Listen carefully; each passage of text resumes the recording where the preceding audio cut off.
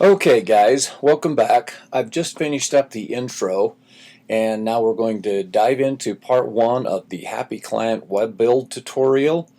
This is a questionnaire that I'm showing you here, and this is one that I put together, and there's a link down below, so you're welcome to take a copy of this. It's actually quite simple, so you can create one of your own. And also at this point I ought to probably mention to you on your contract. The contract doesn't need to be a 100-page contract. It can be something very simple. I would like to put a link down there and show you the one that I use, but because of liabilities and stuff like that, I don't really want to put that out there and show you what I use. But it's a very simple 2-page contract. You can go out there and do a Google search on examples for web contracts. There's tons and tons of stuff out there, so that you can build something that works around you as a freelancer or as an entrepreneur, however you're using that, and then you can design that contract so that it best suits your needs. First off, you put your company name on the top of this. This is a web development questionnaire, and then you put your client's name right in through here. And the nice thing about that is when you sit down with your client, you have your meeting and you sit down with your client, if you're showing your company name here and your client's name here, and then you're going over this stuff with your client, they feel like they're a little more important than if they didn't see anything without their name on it. So having their name and stuff in here makes them feel like that they're a part of the process. And also these markers down here, is it a new website? Mark that off as an existing website. If it is an existing website, you need to find out if they have full access to that. In other words, they will have a hosting provider or a hosting company, and you need to find out who that hosting company is, and you need to get the password and username and password and stuff like that to get access to that, so that you can upload data into that and upload your files up into that. If they have some kind of a guru that's helping them with that, that can be really cumbersome. They got a brother-in-law that says, well, you do all the coding and stuff and give it to my brother-in-law or my aunt or my uncle or blah blah blah, and they'll go ahead and load it up for you. You need to keep some of that stuff in mind, guys, and implement that into the contract, that if they're screwing off with stuff because so-and-so didn't get it put up right or anything like that, that you're covered, number one. Number two, financially, you need to let them know that that can be cumbersome and that can cause you a lot of time. So just kind of clarify that stuff up front, that if they're going to put somebody in the way, that limits you on the things that you can do and things you can promise them. So just go from there. Okay, so kicking off on this questionnaire then, one of the first things that you want to try to talk to them about is their colors. Colors are so important because you're basically going to be building this website, and then you will be drilling that down through from a marketing standpoint into letterheads and calling cards and stuff of that nature. So one of the discussions and things you want to talk about are colors, and you want to hold them down to just 3 colors. There's probably one main color that you're going to want to find out what they want, but no more than 3. One main color and then 2 complementary colors. You guys should do a little bit of homework before you go in and have this meeting with your client, so you understand colors, because blue is supposed to be a color that is reliable, it personifies reliability and stuff of that nature. Red does one other thing. Yellow and red, McDonald's use that a lot because it's supposed to make you hungry. So I mean, there's a lot of scenarios with colors. So understand that before you go in, because your client might say, well, I don't know, what color should I use, and then you want to use a color that would complement if it's a hair salon or if it's an auto mechanic or things of that nature. These colors can play a big role and play a big part in that as you brand that website back into calling cards and stuff of that nature.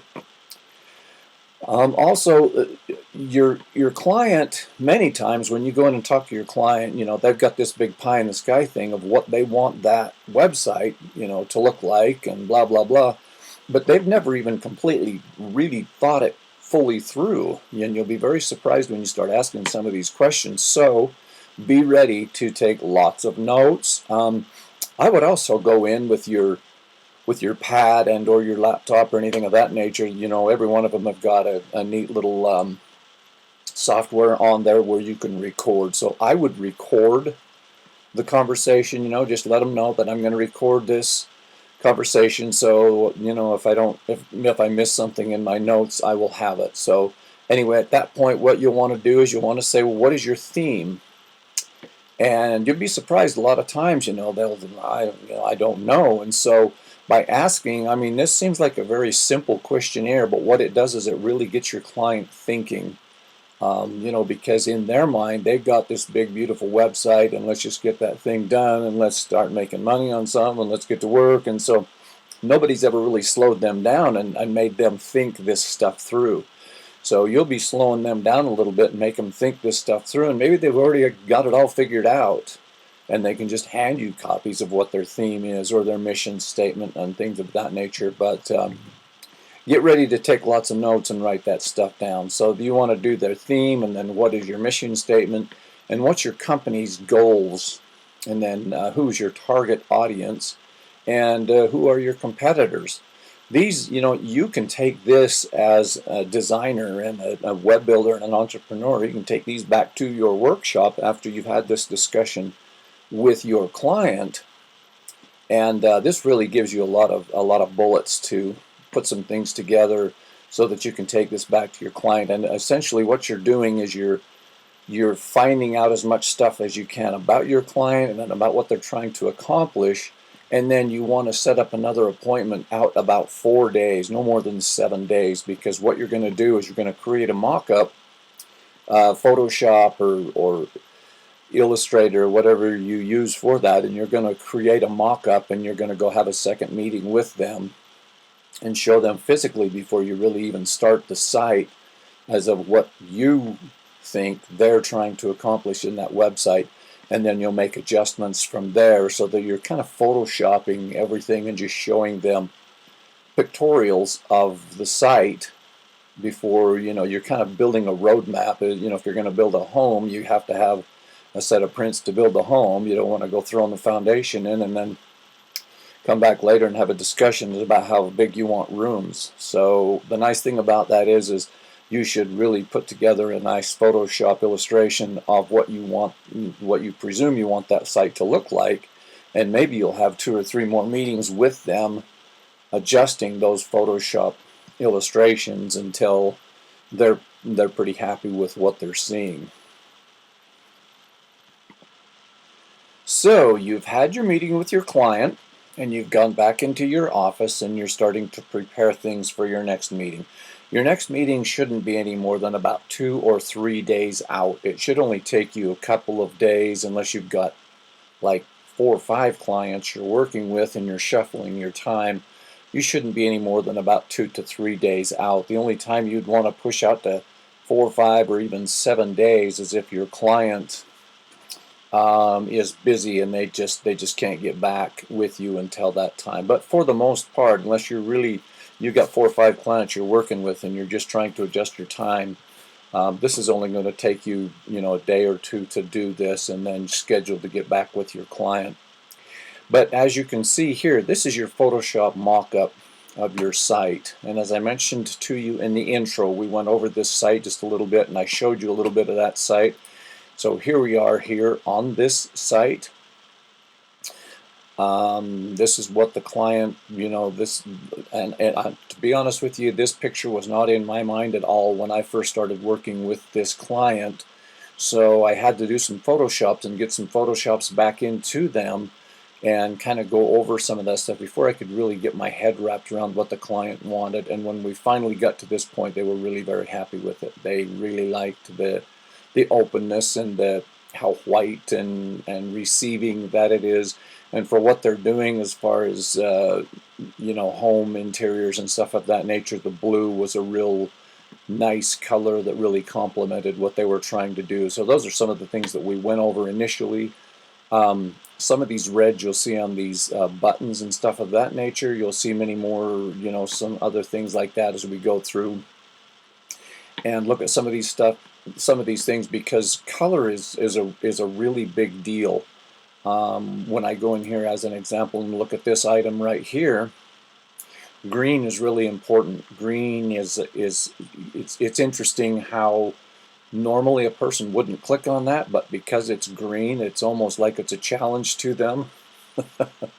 and and you should, as a designer and website developer and stuff like that, you should understand these colors, and you should really stay abreast of the use of those colors, you know, because socially and things of that nature, those things change. So you should really stay abreast of that stuff as you start putting that together.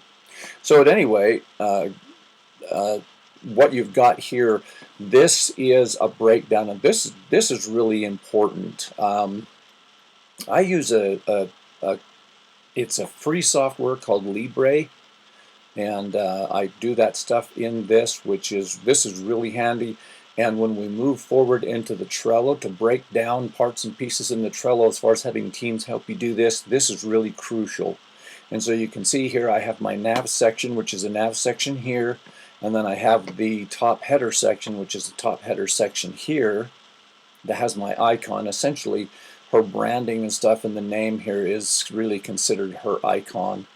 And then you have your production display here, which is a production display here. And then we have the picture links. What these picture links are right here, guys, is these are, let me jump back over to the site real quick and I'll show you. If you go back to their home page, what you've got right here, so you've got your front room, your kitchen and bedroom, bath, lighting, garden, stuff of that nature. Well, these are things that we've found most clients that come to this site, this is what they're most interested in. And so we got the front room, the kitchen, and the lighting and gardening. And so these aren't really items. What these are is their visual links. So if I click on that visual link from the garden standpoint, then it starts showing stuff that they have here within their gardening standpoint. So that is that's what these are along through here. So this is why I'm calling this pictorial link. And then I've got the separator here. So you have your separators. And then I have products down here that you'll see. And we'll talk about how I'm pulling this information out of the database and just blowing this down through here. I'm just showing you an 8.5 by 11 page because we're looking at this and saying this is how we want this stuff to play out.